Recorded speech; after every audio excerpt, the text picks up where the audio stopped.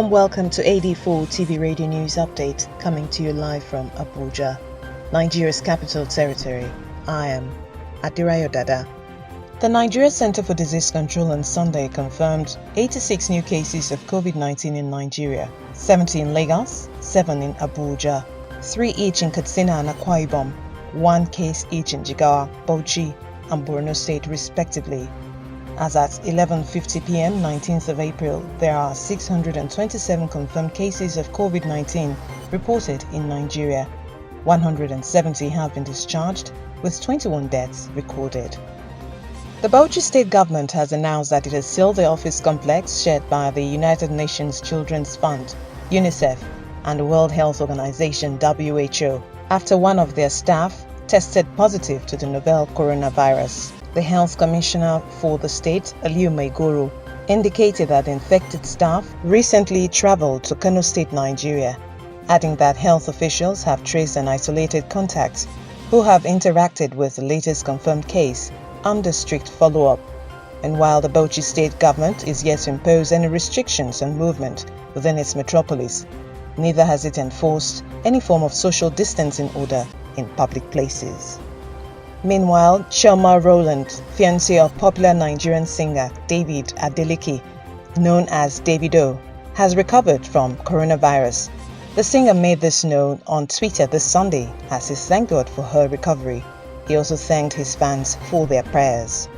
Nigeria's Center for Disease Control, NCDC, is the government organization with the responsibility to protect the health of all Nigerians. NCDC has a Connect Center with trained officers who can respond to any questions you have on infectious diseases, especially in emergency situations. You can reach the NCDC Connect Center by phone calls and other social media platforms. Voice calls are toll-free, and the trained officers will give you information or guidance on where to get immediate help. Call NCDC toll-free line on 0800-9700-0010. Website www.ncdc.gov.ng. NCDC. Let's work together to protect the health of Nigerians. This message is from the Federal Ministry of Health and the Nigeria Center for Disease Control, supported by University of Maryland, Nigeria program, with funding from U.S. Center for Disease Control and Prevention.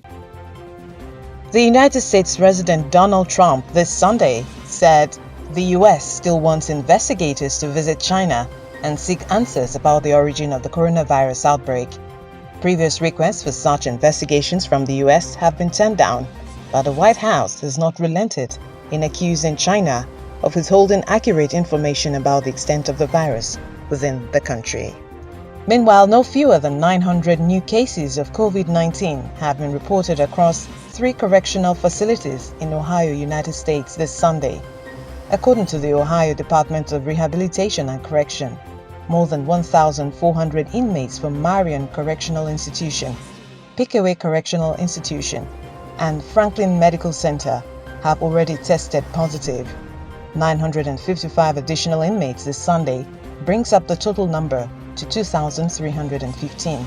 The state of Ohio has reported more than 11,602 confirmed coronavirus cases and 441 deaths.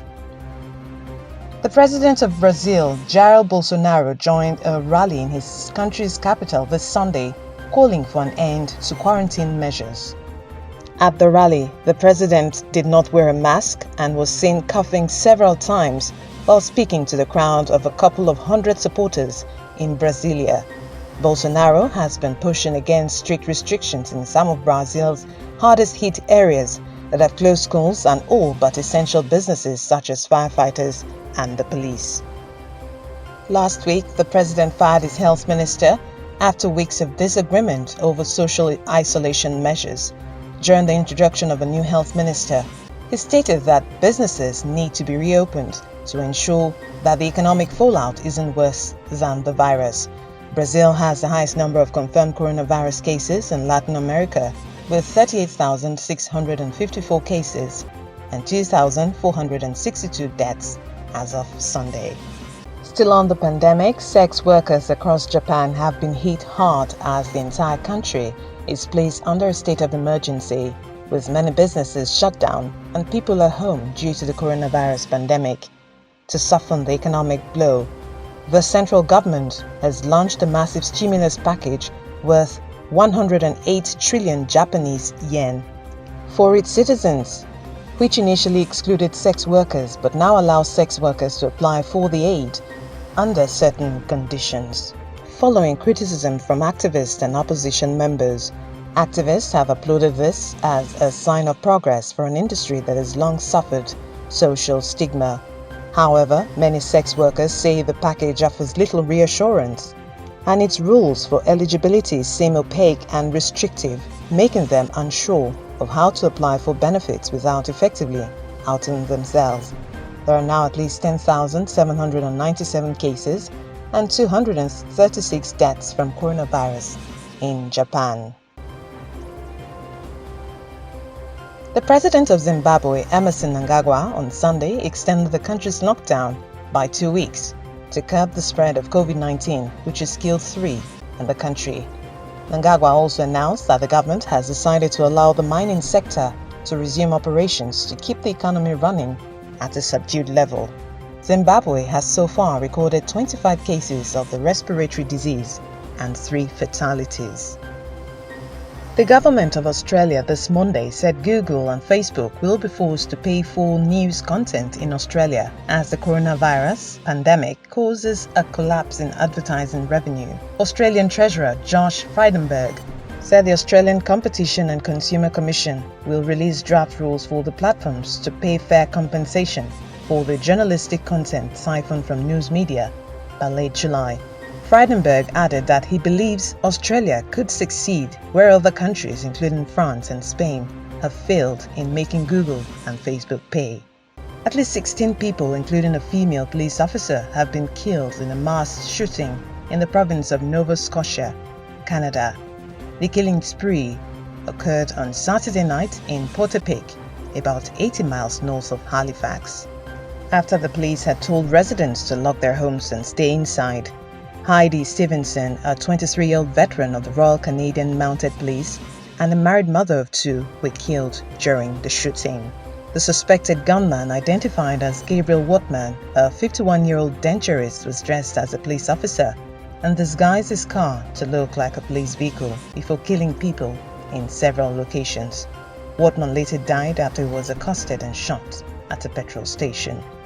Brian Suave, the president of the National Police Federation Union, expressed sadness to the lives lost as a result of the shooting.